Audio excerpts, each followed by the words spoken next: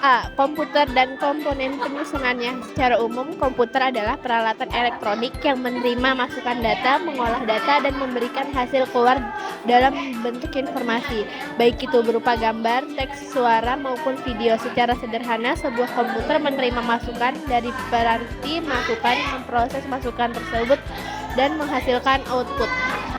1. Sistem komputer. Sistem komputer terdiri atas beberapa bagian berikut. 1. Perangkat keras atau hardware. 2. Perangkat lunak, software. 3. Pengguna.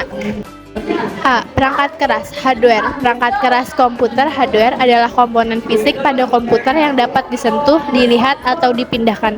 Contoh perangkat keras ialah mouse, hard disk, prosesor, RAM, printer, dan scanner.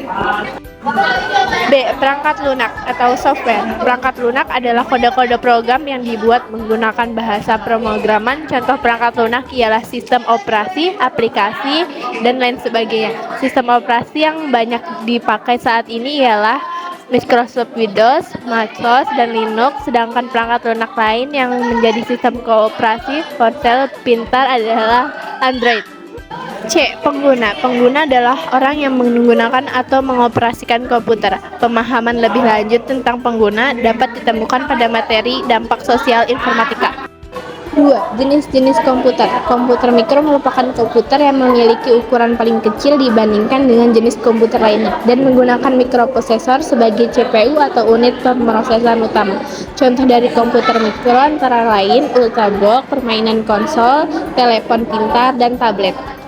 Komputer personal atau PC memiliki ukuran yang lebih besar dari komputer mikro dan memiliki kemampuan dan penyimpanan dan pengolahan data yang lebih besar dibandingkan dengan komputer mikro.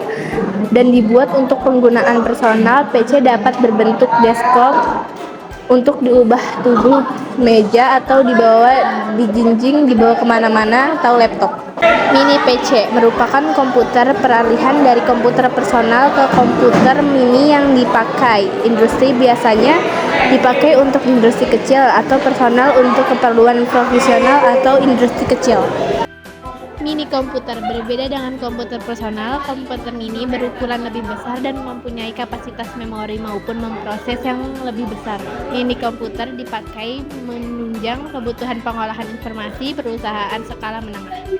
Komputer mainframe. Komputer mainframe berukuran lebih besar dibandingkan dengan komputer dan biasanya digunakan oleh perusahaan besar sebagai server atau pada lab.